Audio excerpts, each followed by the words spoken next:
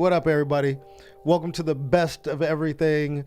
My name is Ruben Paul, and across from me is my partner in crime, my boy, Yeah. my mother.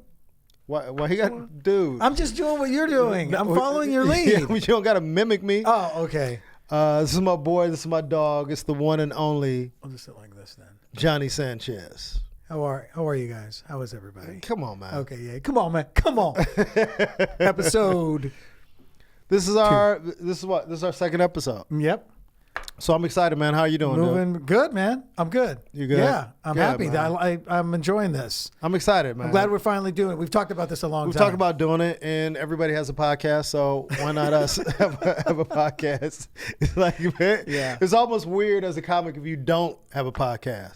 It's like, man, what you doing, man? That's what, because we've been talking about this. We were like, are we the only ones left who Well, don't? I think the thing that you battle with in thinking about doing a podcast is what I just said. You just go, well, everybody has a podcast, so why am I going to do one? But it's almost like, do you think a podcast is becoming like a headshot? Like everybody needs a headshot? Like if you're a comic and don't have a podcast, what the fuck are you doing? Yeah. Like that's what it kind of started to feel like. But because it went from. No, I think it was worse before a couple years ago. Like I felt like everybody had one a couple years ago. Well, and you would just go, because one of these comics that are newer, starting out, would get a hold of me, maybe you. And they go, hey man, you got to come down and do my podcast. I think we were like, oh, you got a podcast? Like you're doing. Yeah. You know what I mean? And yeah. And then what happened was, and one of the reasons why I didn't want to jump on all that at that time was a lot of them then, kind of fizzled out. And then you kind of see the ones that stuck around and, Are you a podcast listener yourself? Not all the time, not as much as most people. I've recently gotten more into popping around and listening to different podcasts. So Renee, if you guys watched the first episode, is one of the, what do we even call you? Are you a producer? Are you producing this, Renee? I'm a producer. He's a producer. He's a producer on this. So Renee, are you a podcast listener? Like, is that your thing? I listen to a couple. Like I have my go-tos that my phone automatically downloads. I listen to Joe Rogan. Okay. And depending on the guest, like I won't listen to all of them, but like if it's somebody you want to. Yeah, like the last one I listened to was like Roseanne Barr. Oh, okay. And then Elon Musk prior to that one. Oh yeah, I heard that was a good one. He didn't inhale on that hit though. He didn't inhale on that hit. That was Bill Clinton who didn't inhale. Well, we know that, but he really Renee, leave the comedy to us, Renee. Renee, leave the comedy to us. That was Monica Lewinsky who inhaled. Anyway. Really? Now, after I just told him you're going to encourage it with No, but honestly, Elon, if you look at that moment, he what he did was he went like that. I didn't see it. Yeah, when he dragged the vape weed. That's cool about or no, it was a joint, wasn't it? Yeah, it was a. But that's cool about podcasts because you could always watch them at your leisure. Well, TV is turning to that too, where everything is pretty much on demand, and in a while everything's going to be and you just binge watch everything. Speaking of that, you know what else is on demand? What? Taco Shop. It's a movie I just recently. Congratulations, man! Hey, thanks, man. A Mexican in a movie called Taco Shop. How about that? Yeah, we are tearing down stereotypes here. Yeah, the best of everything. Yeah, but I play a regular dude like this. Just play myself. See, there you go again. See. Yeah, that's the shit I gotta hear on the phone with this guy, especially when I'm in a serious mood about something. I'm like, dude, let me know, but this guy won't call me back. This booker was giving me shit, and then this guy, see. But you know what we didn't do on the other episode? We didn't plug stuff. Like we didn't tell people where they can find us. We didn't talk about my show every Tuesday night at the Hollywood Laugh Factory called Ruby Tuesdays. It's a show that I do every Tuesday at 9:30 at the Hollywood Laugh Factory. And the show is about diversity and giving people an opportunity to be seen in front of different types of audiences that they would never normally be seen in front of. Right. So for me, it's dope to just mix a lineup with black comics, white comics, Middle Eastern, Indian, everything on one lineup. Because usually comedy is a lot segregated. of women. You're always utilizing women. I always have women on the show. All different colors with the women. Because I think comedy can become really redundant.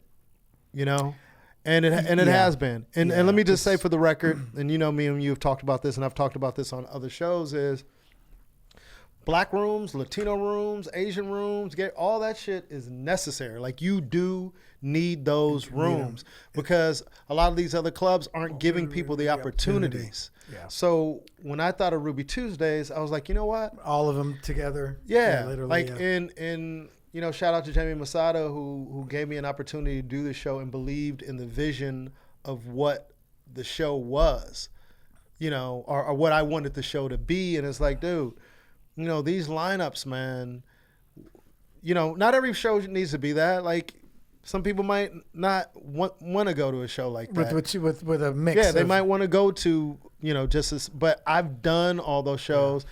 And I just think it was dope because I feel like this, and to be perfectly honest, from a Black comics perspective, like when industry comes out and sees you, and a lot of times it's because Black comics don't get a lot of spots on other nights beside the theme nights. You know what I mean? Like, you got your Chocolate Sundays, your Mo Better Mondays, Salsa Wednesday, Taco Tuesday probably. Yeah, there's a lot of different shows. Latin. That they like these, but there's comics that can work more than just these themed nights. Yeah.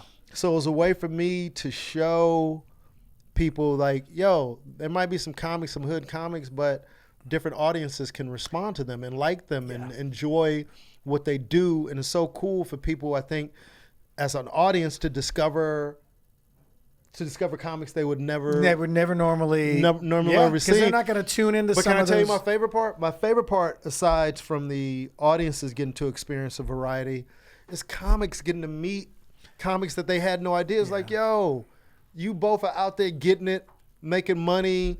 Everybody has TV credits, and your paths never cross because we work different circuits. Yeah. You know what I mean? Where it's dope when I have a show, like, and I keep using them as an example, is like, I'll have like a white comic on the show and he'll be like, man, I ain't never seen Rodney Perry before. It's like, well, Rodney Perry's been in the game a long time and he's done well, et cetera, et cetera. So it's just crazy to me because another reason why I thought I was the right person to do this type of show is because I worked all the rooms. All the rooms, yeah. And people try to put a label like, oh, you don't really do Black rooms anymore. Well, I did only Black rooms for like the first 6 or 7 years. Yeah. No, maybe not that long. Maybe the first 3 or 4 years I did comedy. I toured with Jamie Foxx for years. Like, I've done everything. You know what I mean? And the whole thing is go where you're celebrated, not tolerated. So when I started working mainstream rooms, like, I still go back to the Black rooms every once in a while. But when you do things over and over and over again, and for me, it's just like, what's my lane gonna be? Yeah. And at the time, most of the Black comics who worked mainstream rooms were like sellouts.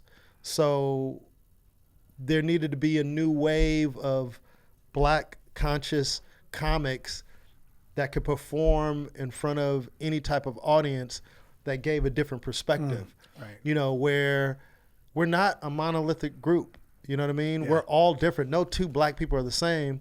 And that was never really represented in comedy to me. Like, it was always like, if you was a Black comic, it was the Def Jam style of Black comic. And the stereotype of that was nigga, motherfucker, everything. And I say nigga and I do say motherfucker, but my act goes beyond just crossover. Well, it's not even crossover. My life is crossover. Yeah. Like, but that's why your comedy is. Yeah, because it can play anywhere. Absolutely. Families from Haiti. Different friends, families from Haiti. Grew up in an all-Black neighborhood. Went to an all-Mexican high school. My parents were missionaries. They went to all different type of churches. And their home-based church that really funded a lot of my father's missionary trips was this white church in Bellflower. And then, so went to all-white church. So I've always been around all different types of people. And the high school I went to was predominantly Mexican, but we had Samoans. And then I live in Carson. I grew up in Carson. So in Carson, you got, the Black part of Carson. You got the Filipino Samoan part of Carson. You got the Mexican part of Carson. So I've always been around different types of people or different types of races or cultures. I would say, when I left my neighborhood, so that shaped my comedy. Naturally, it would shape my comedy. Yeah. So I knew it was more than just me competing with other black comics whose African-American experience was deeper than mine because they were actually African-American. I'm Haitian-American. Yeah. But I grew up, with African-Americans. So Gotcha. So when I started to do the shows, like I wanted to show like there's different types of black comics, there's different type of Latino comics. What was dope, I love getting the hood comics on the show with like just say an Alonzo Bowden who's not considered a hood comic. Yeah. But they're both black men, they're both proud, they both have pride in who they are and who they're funny. Yeah. And it's showing these closed-minded stereotypical people like, oh, you mean you can have 5 black comics on the show and all of them be different and all of them talk about different things? Didn't know that existed. Right. Yeah, it does exist. It's like that with Latino comics. It's like that with gay comics. It's like that with, Asian shows, whatever. So, because the Latino comedy scene has evolved. It used to be really one-noted for a long, long time. It's just everybody sounded the same. The accents were very similar. And their act in general, there was just a lot of, stepping. You'd see one, you knew what the show was going to be for the rest of it. But it's definitely nice. And I think the thing with me and you, and I'm sure I can speak for you on this, but I remember having this experience is, after doing, I think it was Guy Torrey's Fat Tuesdays at the Comedy Store. Yeah.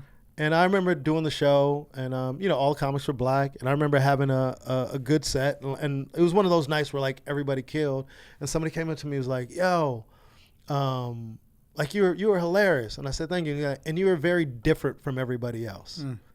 And a lot of times when you go to these segregated comedy nights, let's just call it what it is, a lot of the subject matter is the same. Yeah, that's really redundant. What it boils down to. Black people and white people do this. Black people eat pizza like this. White people eat pizza like that. Then letting the cheese, it's like, okay.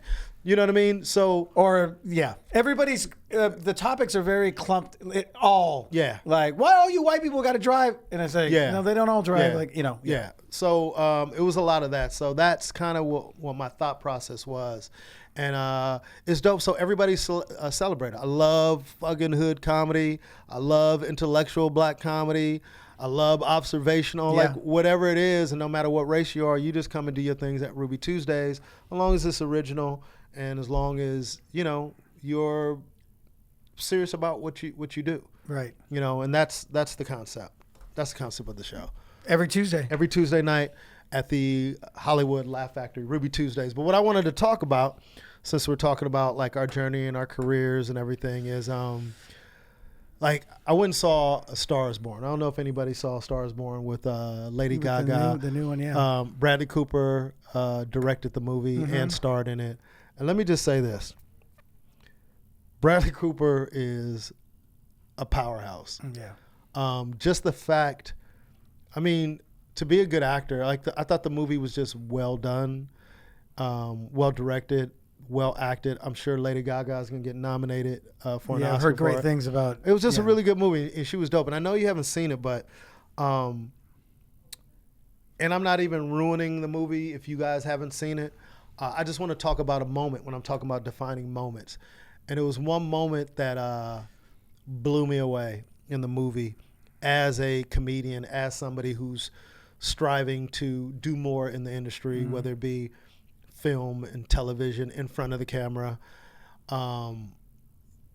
When her character meets Bradley Cooper, and Bradley Cooper, I won't go into the details for if you guys haven't seen the movie, but Bradley Cooper is a star in the movie, and Lady Gaga plays a character who's trying to find her way in the industry, and people told her she wasn't attractive enough, and he took a liking to her. He noticed her brilliance immediately, that she was a great songwriter, and her voice was out of this world. Like, I think his character looked at her and was like, why isn't this chick famous? Like, her voice is she's bananas. better than me. He's thinking the same. He's like, So, dude, of course, she'd been getting beat down and didn't believe in herself. And that's one thing we struggle with as comics, is not believing in ourselves, especially when we don't understand, man. This entertainment industry is a lot of rejection and disappointment. More rejection than more lows than the highs. Yes. Right. So to be able, that's why I respect the craft so much, and respect anybody who's going after their dreams. Because to be shitted on, and then you still get up the next day and go after it and psych yourself up and try to build your confidence to be great. And me, as somebody, and both of us have been doing comedy a long time, and sometimes you realize, like, well, what is the future going to hold for me? Am I just going to keep doing these spots every week and doing these dates at clubs? Maybe I'm not as funny as I thought I was. But when you do these shows, man, and you have these moments that just keep you going, where somebody comes up to you and go, yo, I don't know what's going on with you. I don't know why you're not more known, but I watch a lot of comedy, and in my opinion, I think you're one of the best comedians I've ever seen, whatever. And that puts some wind beneath you, in your sails that motivates you. And we'll get back to those type of moments, but the moment that I want to focus on, and the moment that I have not had yet, and this moment in this movie blew me away. When Lady Gaga's character shows up to the first concert, he flies her out to come, and she had just hanging out had riffed this song to him, but the song impacted him so much, he did an arrangement overnight. And his plan was to have her sing it live in front of thousands and thousands of people. And this is a chick who's been singing in a 150 seat room, bar. With probably not 150 people in there. Exactly, right? doing bar gigs. But it was packed. She was singing at a drag club. Oh, okay. So that's where he saw her sing. So not to give away too much, but this moment, man. You keep giving away though. Yeah. And I want to see this movie. All right, but I'm not ruining it. Just we didn't even need to know all that, to be honest with you. You could have just said, "Can I get to the moment?" Okay, I'm waiting for you to get to that moment because you've ruined about 9 different moments already in this movie. Whatever. And you know how heady I am about all that here's the shit that I'm talking about. The only reason why Renee is laughing right now because you're Mexican and he's Mexican. That's not what it is. That's what it is. Because he was thinking the same thing. I'm bringing in a black producer also, Renee. I was saying, fuck, I've seen the entire movie through your words. Yeah, whatever. See? Can I finish? Can I get back to? Finish, can I finish? Hey, so here's what I'm trying. All right, hey man. I'm not gonna say nothing. So there's this moment in the movie where Bradley Cooper flies her character out to sing for the first time, and she's standing on the side of the stage. She has her laminate on because she's there. She thinks she's there as a fan and supporting him. And he starts the song, and she realizes he's starting the song. This shit got me, man. Oh my God. This is, you know what? You're just giving away too. I don't even know if I want to hear this. You got to hear this, Johnny. You got to hear this. He looks over to her. Because I wanted this to be a moment for me too when I watched the movie. Well, all right. Should I say if you haven't seen The Star Is Born, you might want to stop listening now because I'm about to give away. Well, I'm going to step out just so I don't hear it. But the question is to you, asshole.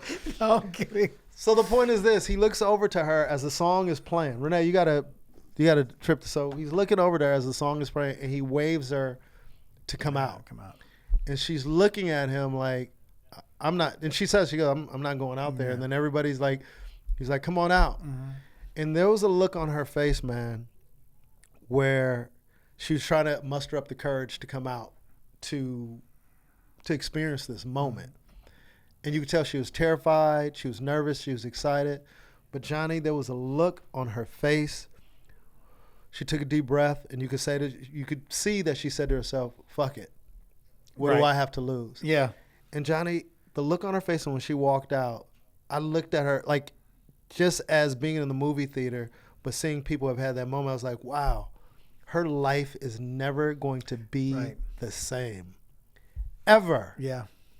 And for a character, like, just to see that moment where she walked out, and the moment that fucking crowd hit and she belts out her voice, you knew her life was changed forever. You knew she was never going to be broke again. You knew her career, like, she went from drag club to she's never going to work a drag club again unless she wants, like, she's going to be a star. That moment. And obviously, I've never had that moment, And I've seen that moment. Yeah. You know, I remember when Tiffany Haddish. I was almost going to bring up Tiffany. I remember when Tiffany, you know, we were still doing clubs. Tiffany had did Girls Trip, but I remember when the movie came out and I saw the movie and I sent Tiffany a message. I texted her. And instead of replying on text, she called me. And I'm like, hello? She's like, Ruben, I was like, Tiff, you are out of here. She's like, you think so? I said, yo, because I know Tiffany's journey. We've been friends for a long time. When I watched the movie, and I remember like welling up because I'm like, yo, my friend is about to be huge star. Yeah. And she's like, you think so? I said, Tiffany, you are out of here. You are out of here. And I was so happy for her. I'm happy for any artist. Yeah. Just to know like all the pain, the grind, the disappointment, the tears, that moment where the public really gets to see you at your best. You know, because that's the key. Like, there's a lot of talented people, but are you going to be at your best when the lights are on? Yeah. Are you going to be at your best when it really counts? And to see somebody at their best in that moment, and like me knowing Tiffany, but just as an artist, it's like, fuck, man. Yeah. I would love to have that moment, but so happy for her. And so watching Lady Gaga's character walk out there, it was emotional because I've seen it. I've seen it from other people like, yo, their life is never going to be the same after this. And maybe not all career. I just think every career, everything you do, there's like a defining moment.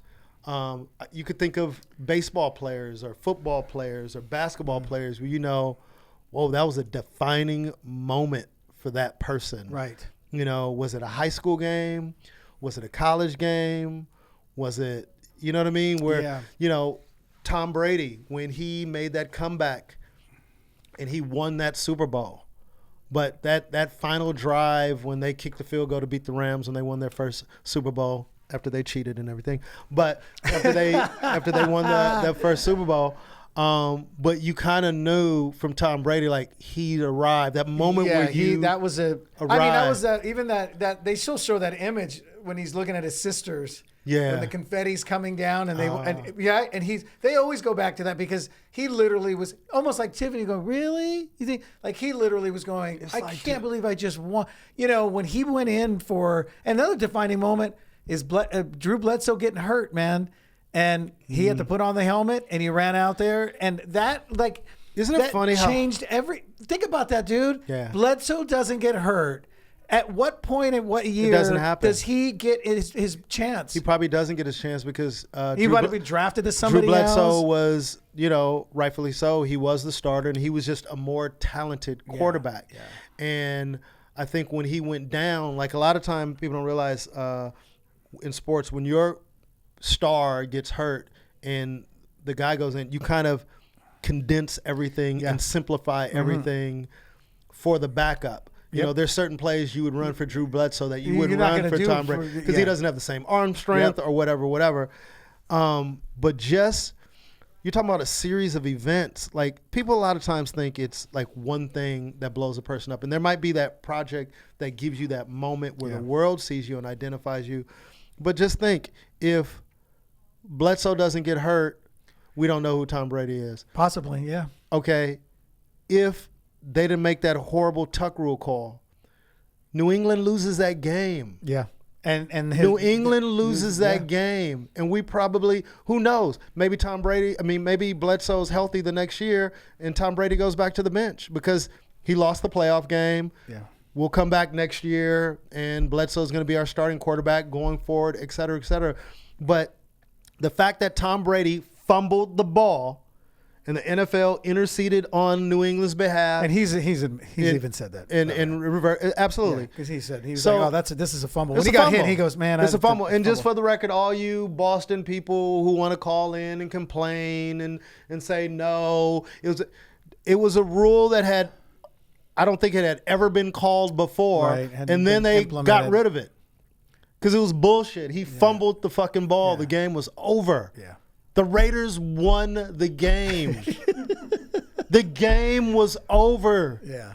And people go, well, they still had time to come back and win the game. It wasn't, dude, the momentum was, that's like busting a nut and then thinking like, yeah, you can still be in it, but you're going to be soft. Yeah. Well, that might not have been the best example, but you know what I'm trying to say. Yeah. You know, Renee, you know what I'm saying? Yeah. You got the analogy, right? Yeah. So I know it's just things that happen. And I even think the word tuck still works for that analogy as well. Oh, there you go. The tuck rule. So the question I'm asking is, you know, we could talk about like different people that had those moments that the public recognizes, but I think even on your journey, there's defining moments where you maybe if you're a regular at a comedy club. You know, or something that happened in your life. I mean, we all have those defining moments, whether we're talking about comedy, sports, entertainment, or your regular life. Yeah.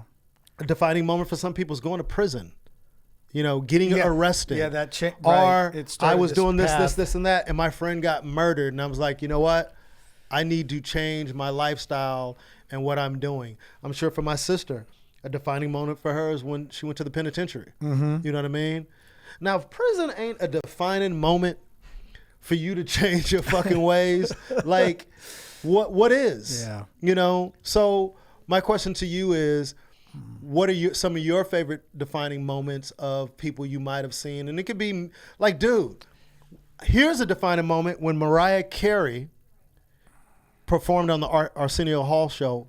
It was her first public appearance, her first time performing on national TV. I remember that on by national the way. TV. Yes. And when you heard Mariah sing, you go, "Oh, she's a star." You know, but her defining moment might be when she got the record deal, or somebody saw her somewhere in that little club and said, "I'm going to introduce you to Clive Davis." Correct. You know what I mean? Like, right. So there are all these. It's these. Look, we obviously have defining moments that lead to this defining moment that ends up, you know, we haven't had that, I guess you could say, that big break where everybody saw us and we were in something, a huge movie and whatever. But saying that, for me, I think, you know how everything, you know, kind of falls into place because of one thing over here.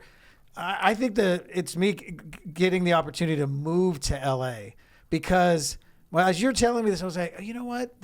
For me, my friend, one of my best friends, Anthony Avalon, what's up, my boy Anthony. He was singing. He moved to L.A. from my small town in the Central Valley. Him and his what town are you from? Tulare, California. Tulare, right between Fresno and Bakersfield. Between the two. Okay. You're off the 99? Is that off? That's the 99, man. Okay. The most dangerous freeway in America, by the way. Really? Yeah. They average 65 deaths a year. I know, 100-mile stretch from Bakersfield to Fresno. I never knew that. Yeah, man. And think about it. There's 52. Why? What? Well, it's a lot of speed. It's a 70-mile-an-hour freeway, number one, not 65, 70 or 75, 70. But there's a lot of everybody just hauls ass through that when you got a lot of truckers. But we get a lot of fog in that area, and there's a lot of little dust storms and stuff like that. But just in general, dude, people on that freeway lose their minds. When they see 70, they automatically go, well, I can go 90. I remember, speaking of, now that you think about it, I remember driving home with Freddy Soto. Yeah. Man, rest in peace, Freddy Soto. Rest in peace. R.I.P. Freddie. Regardless. We did a gig at that casino up there. I think the one in Hanford, Lemoore. Yeah, and after the gig, we went back to the hotel. So let's say the gig was over or like around midnight. Yeah. And we go back to the hotel, and then Freddie's like, "Man, we haven't hung out in a while, man. Let's go." You know, I'm not really a beer drinker. I drink more hard liquor when I drink like tequila guy. I'm a tequila guy. Yeah. So Freddie was like, "Yo, let's go get like I think he might have gotten 2 12-packs or something like that." Sounds like you're about right. Yeah. Yes. So we go back to the hotel, man. It was me, him, and Sergio Love. Oh my God. Wow. That's how he would always do that. Whatever happened to Sergio Love? Sergio Love, if you out there, man, holla, man. I haven't seen Darren Carter just posted that, and then I sent him a video of Sergio and I hanging out in Vegas. He came to my show at the Laugh Factory at the Tropicana. Oh wow, is he living in Vegas? He was then, which was 2 years ago. Oh, okay. So, I don't know. Hit us up, Serge, if you're listening. So we hung out. We hung out. We drank the whole night, and then driving home. It was foggy as hell. Yeah, because we didn't go to sleep. Like we kind of sobered up, and then Freddy's like, "Hey man, it's 6 o'clock, brother." I'm like, "Yeah," and I was like, "I'm about to crash." He's like, "Nah, man, let's just go home."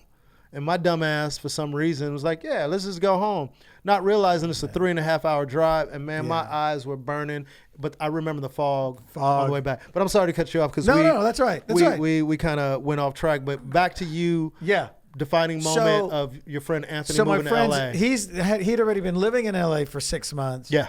And then his brother, who was doing the stunt work at the time, he was going to stunt school, and he runs into this guy named Murray, who was from Visalia. Okay. What are the chances of that they met another guy, which is from right near Visalia, next to Tulare? And this guy, Murray, is like, "Oh, you're from Tulare." Matthew and him meet. He needs a place to stay. He's living in his truck at that time. This guy Murray, living in his little Isuzu pickup. So he was starting to crash on the couch, and then that's when my friend Anthony's like, "Well, we need to go from a 2-bedroom to a 3-bedroom," and so like, "Yeah, we need another roommate." And my friend Anthony goes, "Let me call Johnny. He says he's always wanted to do stand up." Oh wow! So he called me, dude, out of the blue. "Hey man, remember you used to talk about wanting to do?" "Yeah. Well, we need a roommate, man." And I was like, "Wait, okay, hold on. When you just said out you of the wanted- blue, and you had never even contemplated moving to LA? Had you thought about it? I hadn't thought. When he left, it was like, I'm just going on with my your life and doing what you're doing, getting high and everything. A lot of drinking, a lot of bars, and he goes, "Hey, you man." was doing more than drinking, motherfucker. You was doing more than drinking. Yo, Renee, when I hear about Johnny, come on, man. All right, come on, man. All right, I won't even bring it up. We're gonna get in. He's still afraid of his father, so we won't bring up his that. drug-induced days in Tulare. Like, dude, how can they blame you? You could always, if your dad says, like, dude, you settled in Tulare. What else was I supposed to do? That's a good There's point. nothing to do with Tulare but get high. Because I would have grown up in San Jose, but he decided to move back to which San Jose is a pretty decent sized city. It's big now. But anyway. Yeah. He asked me if I want to move to LA, and I was like, all right, when? And he goes, we need to know now, man, because he goes, we're moving in 2 weeks on April 1st. And this was like March the 15th or something. Oh, wow. And I was like, all right, hold on a second. Let me think about it. I got to go ask my dad. You know, so funny. Dad, can I? I never even brought it up to my parents. I thought about it. I was working at the Louis Rich turkey plant. That's where I was working. Louis, the butterball turkeys? Cold cuts, turkey. What'd you do there? I was in the... Sweep? No. Janitor? No. Dishwasher? Really, Renee? You gonna encourage him? Dishwasher? They didn't dish any... No. I was just trying to think about their... It's the plant where they... No, this it's amazing, dude. Let's just say this is the assembly line. Uh-huh. The truck pulls up valet with live turkeys, right? Live turkeys. They start there. They just take them off. They pull them off and they hang them on this thing and they start going down the line. They cut the throat. They do the whole thing. Oh my god! So, dude, you would go from here. Here's the assembly. If you watch savage. If you watch the turkey go in, fucking and you got everything, and then but if you walked on the outside, this is how we used to get to our. We were in the finishing product in the cold cuts where they were already. That's where all the Mexicans were. The whole thing was mixed with everybody. Oh, okay. It's a mix of white. It was a mix of whites, blacks, Latinos. Because to have a plant like that in that small town area. Now, was Tulare diverse or was it mostly Mexican? It was. Yeah, it was a mix of. It was because you didn't really grow up around Mexicans. Yeah, they were at the schools. But my neighborhood, the neighborhood he said they were at the schools, like he wasn't one of them. Yeah, those people were at the schools. Weird because the area I grew up in, the Mexicans there were just like me. And third generation, like second and third generation. Okay. So it was kind of interesting because we were mixed with whites, a few blacks, Portuguese, and then, you said? and a lot of Portuguese, So, but the plant would start there with the turkey coming in off the truck, and of course if you went through the whole assembly line, whatever. But if you went from there, you'd walk on the outside and show up into the back. There it was, turkey breast. Slices of cold cuts. Okay. So all right. You're making me hungry. Just get back to the story. It was in that department. Okay. But anyway, so he called and I said... and not hungry for turkey, maybe some tofu. Because I'm not a savage. I don't kill. You don't eat... I don't kill animals. And yeah, you eat chicken. You eat chicken, though. Yeah, I do eat chicken. Yeah. So those, I eat turkey. I'm just fucking around. It's sort of the same. I'm not vegan. He's not vegan, or it's sort of the same process. But I don't eat a lot of meat though, man, because the meats now aren't the same, man. It's not really the same. You know, these fucking chickens are smoking cigarettes and doing all kind of shit now. Yeah, and a lot of them are raised in that Central Valley anyway. You know what I mean? Just have heroin problems and shit. Oh my God. No, but go ahead. I'm sorry. Am I going to get through this? Yeah. Or not? All right. Go ahead. I don't know if this is going as long this as is my defining moment. This is Star is Born scene. Anyway, he asked me if I want to do it. I thought about it for like a day, and I called him back and I said, you know what? The hell, I'll do it. So I quit my job at I didn't even give him a 2 weeks. Did you have notice. money saved? I had some money saved. I mean, not a lot, but I had some money saved. But I just basically told them I'm leaving. I only worked a few more days. Mm-hmm. And at what point did you tell your mom and dad? I didn't tell my. Were you living at home at the time? Yeah, okay. I was. I didn't tell my dad until I told my mom, but I didn't tell my dad until the day before, I believe. What? Yeah, a day or 2 days before. Wow. Because I didn't even want to. I was worried about him saying, "What are you thinking?" Whatever. But this is the best moment though. We were eating dinner, and my mom was like, "Hey, you're planning on leaving on Friday or whatever, Saturday, and you need to tell him because you told me not to say anything." So you told your mom first. I told my mom first. Oh, okay. And then and then we're at the dinner table, and so I was like, "Hey, Dad, by the way, I got something to him. Decided to move to L.A. L.A. When?" And then I was like, I'm leaving on Saturday. And let me put this in perspective. You're his only son. Oh, yeah. Right. Yeah. Correct. Yeah. Yeah. And that's important. Yeah. And he's like, when? And I said, Saturday, whatever it was, or tomorrow. I mean, literally it was down to the wire. And he's like, L.A. I go, we're moving with Anthony and those guys. And he's like, and do what? What are you going to do? And I go, well, I want to do stand-up. I'm going to be a comedian. And he laughed. And he shook his head and he said, you'll be back in 3 months. Wow, your dad was hard on you like my dad was hard on me. But, he feels bad about that now. Yeah. Man, dude, if he hadn't said that, those first few years as a comic, when you're like, man, fuck this. I'm not going back. But I would have if he hadn't said that. I would have went back home if he hadn't said that. You know what my argument is? Not my argument, but what I would offer to you is, to me, and listen to that story, and Renee, you can tell me if you agree or not agree. Yeah, the overall defining moment was you deciding to move to L.A., but the moment really is when your father said, he laughed and said, you will be back in 3 months. Right. At that moment, to me, it sounds like that's the moment where you're like, oh, fuck that. Right. He challenged you. He challenged you. Yeah, you're right. And that was that moment. Yeah. Moment. Because whenever I thought about coming home in those first few years as an open micer, I used to tell him too. I go, Dad, it was literally like his head. They're doing TV and film sometimes. They'll put the person's head going around going, yeah. You'll be back in 3 months. Like there, yeah. You'll be back in 3 months. You'll be back in 3 months. Just going around. You'll be back in 3 months. I could see You're not funny. You're not funny. See. Oh my God. You're not funny. But you're not funny. We talk about it now, and he feels bad. I said, "Yeah, Dad, but that's the best thing you said." He goes, "Hey, you never yet been out of the house." What did you expect me to think? Yeah. You were working at this place, but you hadn't even been on your own. So that's a big moment. So for me, here, look, you're right. It's a big deal for my friend to call me. First of all, if Matthew had not met that guy Murray, who he ended up being my roommate for like 2 years as well. Okay. But if he hadn't met, I always think about that. If Matthew hadn't met that guy Murray, my friend's brother, they wouldn't have needed another roommate. They would have never made that call, dude. Like how stuff.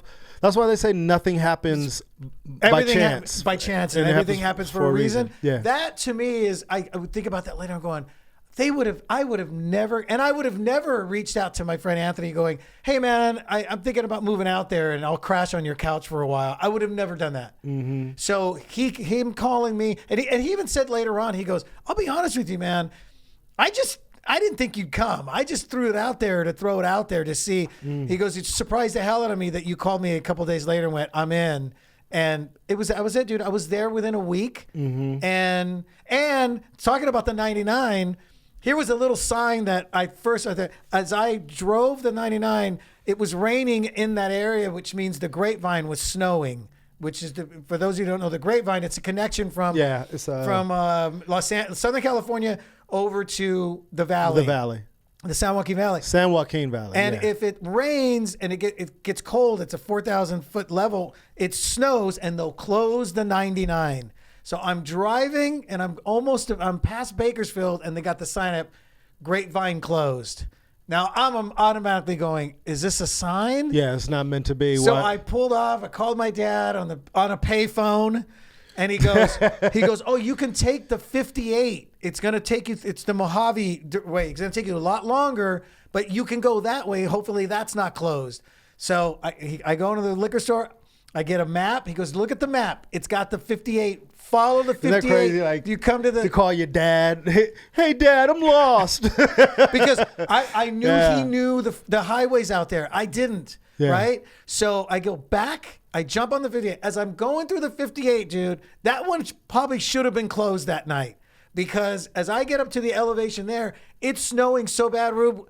All of us are going about 25 miles an hour on the freeway. Oh, wow. We can hardly see. This is in California. Isn't that crazy? This is in California. Yeah. And I'm terrified, dude. I've never driven through anything. And the whole time I'm going, I think I should turn around. I mean, I'm going to get in an accident. This is not meant to. It's like everything was against me. Finally get to like Palmdale, Lancaster areas where it connects you. This is before cell phones. Yeah, man. You're on your own. If you break down and you're in the snow, you're on your own, dude. Yeah. So it lets up, and I end up at a gas station near Palmdale or Lancaster, and I put some gas and go, oh man, it's not so bad. And then some guy asked some guy, do you know anything about the weather?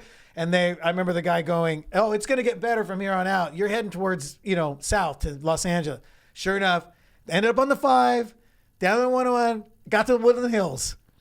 Oh, was that where the first place was? That's where the first place. I remember my friend Anthony goes, man, what the heck? Because I didn't call him. Yeah. He's like, damn, dude, I thought you were going to leave at like 5 or 6. I go, it was like midnight, dude. It was like 1 a.m. It was like a 6.5 hour trip. Wow. 7 hours it took me to get from, and I remember it was like, dude, you're not going to believe what. And I felt like everything was telling me, don't go. And I fought it, man. And I fought it.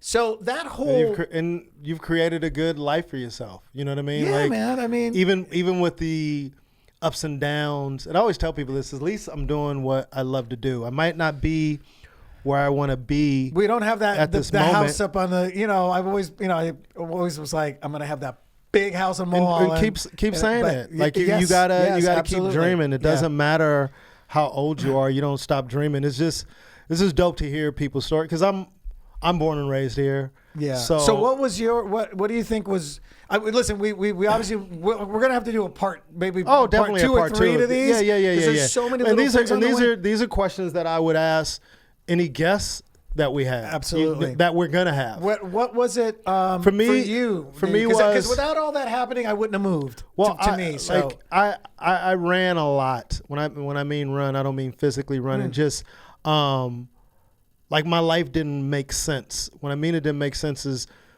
I grew up in the environment that I grew up in. My parents being missionaries. Yeah. And I kind of in essence was I won't say like I made major decisions on my own. Like even when I was offered all these like football scholarships, it wasn't like I don't even remember sitting down with my parents discussing what school I should go to. And when like these coaches would come do recruiting trips, they'd come to and talk to your parents. Like my dad wouldn't even be at the meetings. Like they'd be at, he'd be at work or I was doing some. So I remember I had to have a coach's visit. And Coach Marvin. This is for college, right? This is for college. Yeah. And Coach Marvin Lewis, the coach of the Cincinnati Bengals, came to do. First time I ever heard my mom say a man was outside of my father was handsome, and how she said it. That's funny. Even as a kid, I understood what she meant. He had kind of laughed, and she goes, "That coach was really handsome." And I was like, now I look back, it's like, oh, my mom thought Coach Lewis was cute. But during that, I ended up not accepting scholarships out of state because I knew deep down inside, I didn't want to play football. I went to a powerhouse high school. I was a good enough player to get offered scholarships. And but I wanted to stay home. I always deep down inside knew I was an actor, but like how you made fun of me earlier talking about you were in the theater in high that's school. That's surprising to me, man. I can't believe you did theater in high school. I didn't do theater in high school. Oh, I thought you did. I ran from it. But I wanted to. What you did it in college? I did it in college. Oh, okay, my bad. And okay, even in college, I kind of hit it. You know what I mean? Like I remember one of my counselors going, "What's your major?" And then at that time, I think it was criminal justice. And go, then why are all your classes theater classes? Like I was like, dude, every class I would take would be. I'm taking all theater classes. And that's hilarious. Long story short, I mean, there's a lot that happened, and I won't go into all the details. But I was playing. Well, I got hurt. A lot of different things happened. But my two things happened. My theater. It was a theater teacher. And I can't remember her name for whatever reason, but she asked me, she goes, have you ever thought to do comedy? And I go, actually, I have. And she goes, because I saw Eddie Murphy Delirious, and that was a defining moment for me when I saw Eddie Murphy Delirious. I had loved part, but that's special. I think I'm with you on that. And I'll never forget where I was. My parents had went to church. They had, I don't know how I talked them into getting HBO. But they did because my parents didn't watch secular TV. Mm-hmm. My parents were born again Christians. Yeah. They were missionary, and all they watched was the news and religious programming. Mm-hmm. That's all they watched. Like my sisters and brothers, they weren't even allowed to go to movies and stuff. Like I was the first because my sister and brother are 11 and 12 years older than me.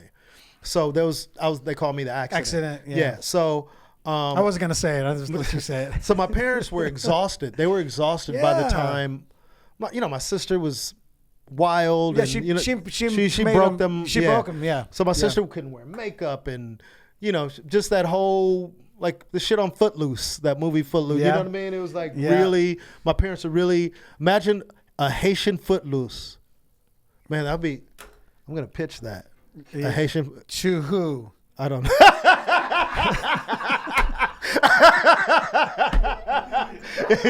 You're right. Maybe I won't pitch that. What market is it for that? Hey guys, got an idea. Haitian Footloose. Get it? No. So, but this motherfucker said, to who? So long story longer. Yeah. Where was I? What was I talking about?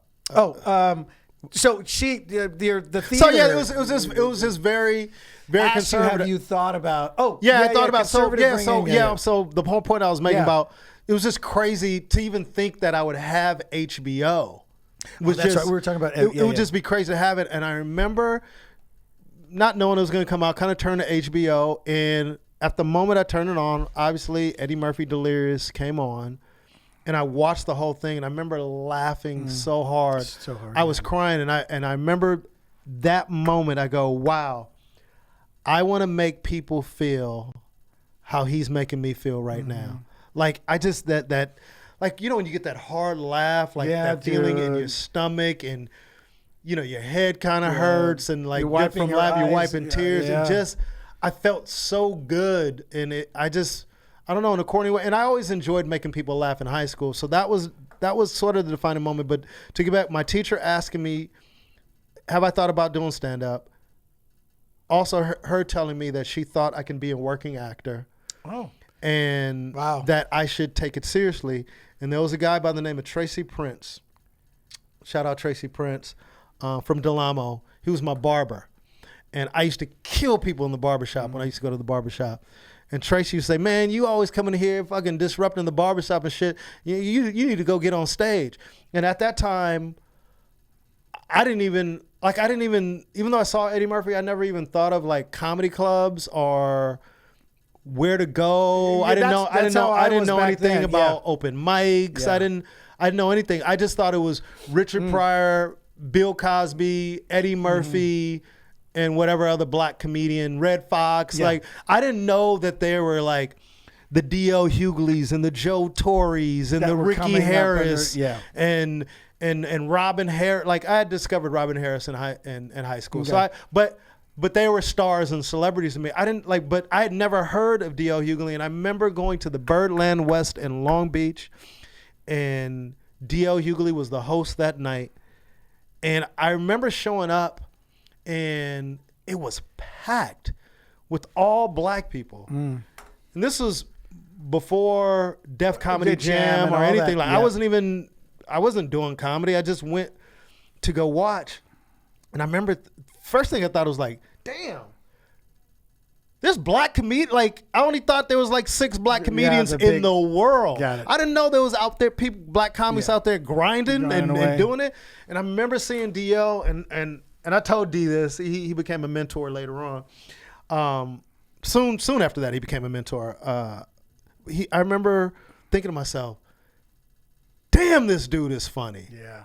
And it was even more relatable to me because he was local and he talked about the shit that the swap meet and whatever he was. It was shit that he was talking about my life in a way that I had never heard before.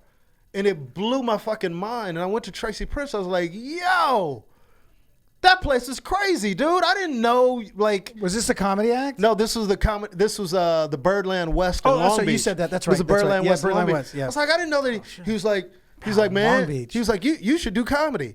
And I was like, I think I can do it. I was like, I think I can do it. Because DL showed me it was possible. Because he kind of like came from where I came from. Because the other guys, it was unreachable. You're like, there how were do stars. I get to the... DL was like just a regular comic nobody knew, but he was funny as hell. Yeah. So for me, it was like, oh, this dude is fucking hilarious. If he can do, like, in my head at that moment, he was just as funny as Eddie Murphy in that moment to me. Yeah. So I was like, yo, I think I can do this. And it took me, I think, another year or so before I did it because I kind of wanted to be prepared. And yeah, it was one thing for all your friends and everybody to tell you you're funny, they think you can do it, whatever. But to actually, because for some reason I had a respect for comedy even back then that I felt like I wanted to be prepared. So I kind of immersed myself in stand-up, watching and consuming as much stand-up as I could, besides Richard Pryor, from Eddie Murphy to Bill Hicks to Lenny Bruce to Woody Allen. Like I just tried to listen to as much as I could. And finally one day I got the guts and I went to the barbershop and Tracy fucking sweated me again. He's like, yo, man, you fucking keep coming into this barbershop. Man, what are you scared of? I was like, I'm not scared. He's like, I can call this club and I can get you, I think, what did he say? It was either 5, I think it was 5 minutes. Because I knew it was more than 3. And at that, I had never heard of like the allotted amount of time. Like I know the Comedy Store was giving people like 3 minutes and the Laugh Factory was 3 minutes. Yeah. So he got me like 5 minutes at a black ass club that didn't even really have an amateur night. It was like they would just put the new guys up first. Yeah. And Cheryl Underwood was on the show. I remember her. She's on the show, The Talk. Yeah. She was on the show. And I just remember I was there with an old friend at the time. And I remember they came up to me. Yvette Wilson, rest in peace, was the host. Some of you guys might recognize. She was from Def Comedy Jam. She was on the show know Moesha. that name said- She was on the show Moesha. Oh, okay, she was in the movie Fridays when Chris Tucker go, you said Janet Jackson, not Freddie Jackson. So it was her. She was hosting, and she came up to me, and she goes, "Oh, I got to back up. This is important." So when I went to go see DL that night, I didn't know anybody. I just kind of went with my girlfriend at the time. And at the end of the show, DL walked straight up to me and he goes, "Hey man, did you enjoy the show?" And I'm like, why the fuck this nigga come up to me? That's really what I was thinking. Why this nigga come up to me? Yeah. And I go, "Yeah, man." He goes, Good. Thanks for coming out." I go, "Thanks." And then for some reason I go, "I'm thinking about doing this." And then he turns around and goes, "You should do it, man. You should do it." And then fast forward like over a year later, I don't know the exact time frame, but I show up and I thought DL was going to be the host. She was guest hosting for DL. It was Yvette Wilson. She was guest hosting. And she came up to me and she was like, "I heard this is your first time." I said, "Yeah." That's like the... And she goes, "What you want me to say about you?"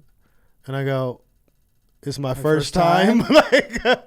And then my boy goes, "His specialty is bagging." Now, let me just say one thing about the Birdland West. Man.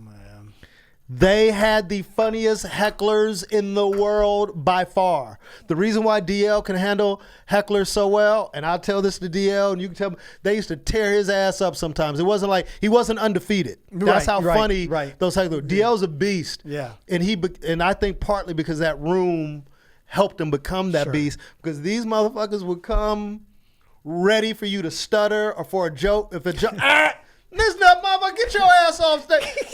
Yo, it was that type of environment. So you had to be a beast. Yeah. So for him, my boy, to go, his specialty is bagging, because I came from that. Even though as a comic, that's not what I do. But just as a regular human being in my everyday life, class clown, being on football teams, you know, I would talk about you. If your outfit wasn't tight, if this, like, I was the dude, like, Rube, don't even start, man. My mama didn't do laundry. Like, oh, nigga, well, too bad, motherfucker. Like, you know, I was that guy at that time. Yeah. So, so when he said his specialty is bagging, I was confident in that. I was like, yeah, tell him my specialty is bagging. That's what you tell these motherfuckers. I'm ready. I was terrified. So, and she goes, I'll never forget it. Yvette goes, "Your specialty is bagging?" I go, "Yeah." She goes, "Okay. All right. You sure?" Man. I said, "Yeah." So, What? so Yvette goes, sweetheart, man. She ended up being a mentor and like a big sister to me. So she goes up on stage and she goes, "So the comic I'm gonna bring back to the stage, he says his specialty is bagging." And all you see is the fucking hecklers fucking just start moving up in their seats. Like, she's like, it's his first time and his specialty is bagging. Give it up for Ruben Paul. And I look at my boy because I was scared. And that moment where your father said that to you, my boy looked at me and goes, left some out. So before they actually, I'm sorry. You guys will get used to this. So before they actually called my name, she went to go introduce me. I'm with my boy. I'm like, "Yo, dude, I don't know if I can do this." And he looks at me and goes, "Ruben, what do you have to lose?" He goes, "If you go there and bomb, then you just don't do it anymore. If that's not what you want to do, like, what do you have to lose? At least you can say that you tried. Yeah. That you did it." And most people don't do that. I was like, "What?" I said, "You know what? You're right." And then she goes, "Give it." So you got to imagine this. So this is in real time. It's like in real time. So he's talking to me while she's going through her introduction. And then she goes, "Give it up for his specialty is bagging. This is his first time. His specialty is bagging. Give it up for Ruben Paul." My buddy looks at me and goes, "You in a world of shit." Dude, I laughed so fucking hard. Because it's like at that moment where you want your most support, he was like, "Motherfucker, I don't know why you going up there. You in a world of shit." So I'm laughing on the way to the stage because that's how funny it was to me. Yeah. And I remember, I'll never forget the walk. I'm walking around and I go and I get on the stage. I take the mic out of the mic. Yeah, I was smart enough to take the mic out of the mic. I took the mic out of the mic stand. I think I might have learned that by watching. I took the mic out of the mic stand. I moved the mic. And I did a joke about broke broke guys on the bus. I think my first joke was broke guys on the bus with a cell phone. Basically, the premise is, how in the hell you gonna ride a bus? Oh yeah. And you got a cell. How you got a cell phone and you riding on the bus? Because cell phones were expensive back then. Yep. So all I remember is doing that joke and did something else, and I remember a burst of laughter, like in that room, and like it wasn't just they laughed.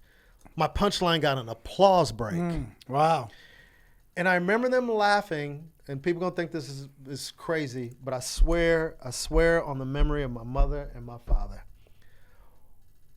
When they were laughing, it's like I had an out-of-body experience, and I was looking down at myself, and I thought to myself, I can't believe they're laughing. Mm-hmm. And they were laughing hard. And at that moment, I knew that's what I wanted to do for the rest of my life. Got it. So for me, that was a defining moment as far as like, okay, I don't know how good I'm going to be at this. But I'm doing this. I'm doing this because I had never, ever felt that type of joy and pride all in one moment, And sometimes I think, what if I would have bombed? Would I still be doing this? But I'm such a stubborn is not the word. I have a fear of failure, which sometimes I know can handicap some people. Yeah. But it motivates me to work harder because it's like you said, I don't want to fail at this. And I just knew, all right, this is what I'm going to do. I'm going to sink or swim. This is what I'm going to do. And I'm a comedian. And I've never been one of those people that were ashamed to say, once I started that, I'm a comic. A lot of people go, yeah, I work here and this, but I do comedy too. No, at that moment, I was like, and I got off stage, and we'll talk about other stories about what happened that first time, because after my first couple of jokes killed, I made classic rookie mistakes. I started bagging when people gave them the mic. But I remember Yvette, after I got off stage, all the veteran comics kind of came up to me and was like, man, don't ever give up the mic, and you were doing good, and you're going to be all right. Like, everybody at one time was just like, yo, good for you. Like, you're going to be all right. And then Yvette just started writing down. She wrote down, like, every comedy club for me to go to. She's like, you need to go here on Monday night. You can go here on Tuesday night. You go here. And they're all black rooms. Yeah. So she told me every place to go, and the Comedy Act Theater was one of the places that I went, and that's when I rediscovered and re-met DL. DL was like, hey. I was like, yo, I met you. Like, hey, I'm doing comedy now, man. He was like, oh, okay, cool. Like, all right. Yeah. And I would do open mics at the Comedy Act Theater. And that's really the place where I hone my skill year after year with some of the best comics in the world. Robin Harris was already dead by the time I started doing comedy. But during that time, it was D.L. Hughley, it was Joe Torre, it was all these. I remember Chris Tucker when he first came to L.A. Mark Curry was in there too, Mark right? Curry. Not a regular, because he was kind of. He was already a little established. He was already a little established. Oh, that's right. Yeah, Jamie Foxx and them were kind of really established, and I was new. Yeah. And the people were like that were close to my class. They were a little ahead of me. It was like Alex Thomas and Daryl Heath. Yeah, of course. And then Chris Spencer and Sully McCullough I met later on. They had been doing it before me, but I just immersed myself in comedy, and I did have a a day gig at the time. I was working at Delta Airlines at the time, and I was doing comedy and stand up at the same time. But that Eddie Murphy Delirious, my teacher, and that moment on stage were like these moments that carried me to here right now. And I'm looking for more moments. But what's interesting is you can't create those moments. Like life, that's why sometimes when people don't make it or they're struggling, it's like, dude, when people say it isn't your time yet, sometimes it's just that. It's nothing that you did wrong. And I think that's hard as an artist or as somebody in life. You go, well, what did I do wrong? Did I do something wrong? And it's not saying we don't make mistakes, but sometimes it's just timing. Like, I'm looking at my life now and some of the things that are happening that I feel should have happened 10 years ago are happening now. And for whatever reason, maybe I wasn't ready mentally or spiritually or emotionally. And that's why these things didn't happen. Because a lot of times it's right time, right place. We hear about, you talked about Drew Bledsoe, Tom Brady. That was He could that only happens if this guy gets hurt. If he gets hurt, man. That only happens because of that. This only happened. If I would have turned left and didn't turn right, I wouldn't have ran to that person. If I would have just stayed home, that producer wouldn't have saw me. If I would have said, no, I don't want to go to Montreal, because I took the shit personally, then this person wouldn't have saw me. Yeah. So it's all these things, man, that you can't beat yourself up over not being where you think you should be. It's just timing. All you have to do is just do the work, be the best you can be, and God willing, your opportunity will come when you're prepared. And it's never too late, Yeah, it's just funny. I mean, look at Vicky Barbalak, dude, who I've known her for years. America's Got Talent. She was on America's Got Talent, and she went so far, and I got the exposure that she would have never had gotten on trying to get, she'd been trying to get specials for years, and like she said, they kept telling her the same thing. You're too heavy. You're too old. No one's, years and years of Vicky, and she just kept plugging away, dude, and never gave up. And her life has changed. Her life is completely changed now. Yeah, man. Could you going from struggling month to month, living in a trailer park, like living in trailer parks, living in a trailer park for 30 years. So it's don't give up, and it's just weird in comedy. People think comedians should retire. Now we know someone retire because they get lazy and they don't want to write. Yeah, that's a big thing about and the industry beats you down. Yeah, so you gotta surround yourself. I think anybody in life, no matter what, you surround yourself with people who love you and want to see you win. Yeah, who support you. Right. So when you are, that's why I say nobody makes it alone. It's always somebody helping somebody, man. And I'll say this, and we could wrap it up. One thing that's so dope about me and Johnny's friendship is, I've been through a lot in my career, and sometimes you feel 100% alone. Yeah. Why am I getting so emotional? So that's right, man. That's right, man. That's what this is for, brother. So when you are grinding and it looks like everybody's passing you by. Yeah. Yeah. So we gotta have friendships like this. You gotta have people in your life that you can call on. That because man, we've been both through the same thing, Rube. Yeah. Ruben has called me, and there was a time things were going great. I was on Mad TV, things were going fine. But Ruben was going through some rough times. He called me. I go, dude, you got to stick it out. You got to stick it out. I'll try to help you the best I can. Then I get off TV, and then I'm back, and I'm struggling, and then Ruben starts doing great. And then I'm making the same phone calls that you were making for me, and it took Ruben to tell me, hey, man, you got to stick this out and keep it going, brother. When you love what you do, when you're passionate about what you do, and you get fucking beat down on a constant basis, and then it's there's some things that happen in your life that you have no control over. My life and career was going good, then you get a phone call that says your parents have been in a major car accident. You hop on a plane, and my parents were living in Florida at the time, and you show up and you're on the phone with the hospital, and then you're asking about your dad, and then they say my mom and dad were in the car together, and it's well, your mom is here. It's where's my dad? We don't know where your dad is. What do you mean you don't know where my dad is? They didn't want to tell us over the phone that my dad had passed, and then my mom was in critical condition in the hospital. So you deal with these things, these painful events in your life, but you still got to go out and perform. You still gotta do the work. The world doesn't stop for you. Just all the things that you've gone through. From my like my little cousin, almost like a little sister to me, hanging herself and dealing with that, and then you got a spot the next night, and you got to go perform. And these people are coming in because they need us to take them out of their issues and problems. That's why a lot of people come to comedy clubs, by the way, so they can get out of their situation for an hour. Yeah, and then you feel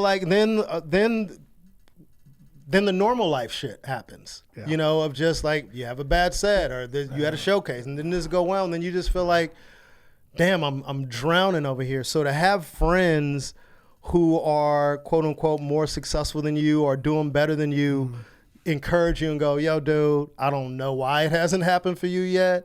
I don't know, but keep doing what you're doing. I'm telling you, dude, you're funny. And sometimes those they can feel sort of like a backhanded compliment when we both heard these for years, which is all.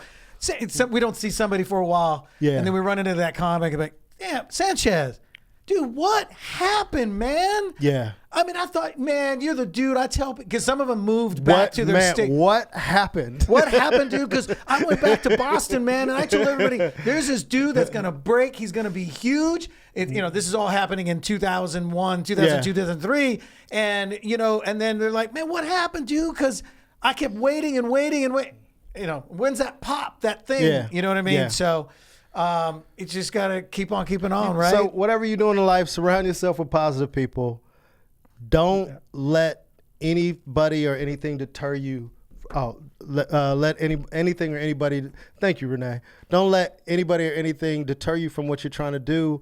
And if you haven't had that moment, I'm sure if you really think about it, you have had moments to get you to where you are right now. Yeah. But that moment that you desire, just keep doing what you're doing and just control what you can control. You're only controlling so much. And the only thing that we can control in life, especially for like a stand-up, is our effort.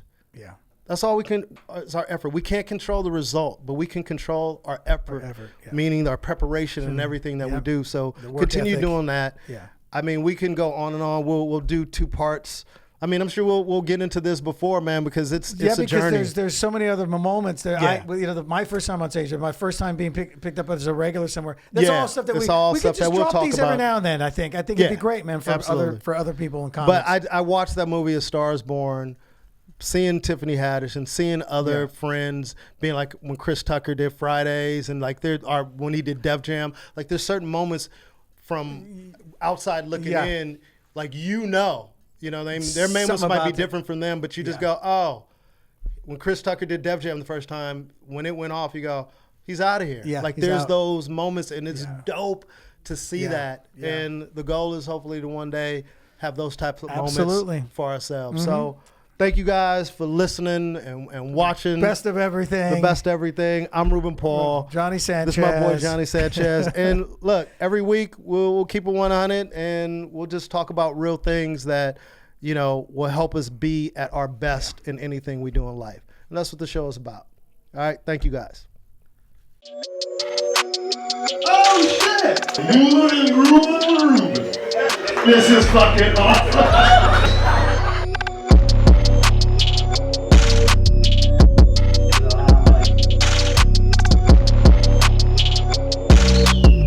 Butt ass naked in the middle of the movie theater. Whoa! Yep. Is that real?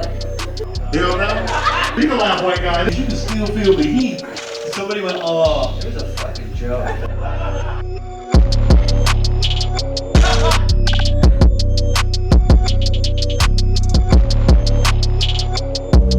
Thank you. We had a Loved great time. it. Best thing we've done in LA. Yeah, 100%. Ruby Tuesday's off the hook. I laugh so much I feel like I have a 6-pack. Ruby Tuesdays, y'all. Where are you? You better get here. Ruby Let's Tuesday. do this. Guess what night? Tuesday nights. I love you. I'll see you at the show.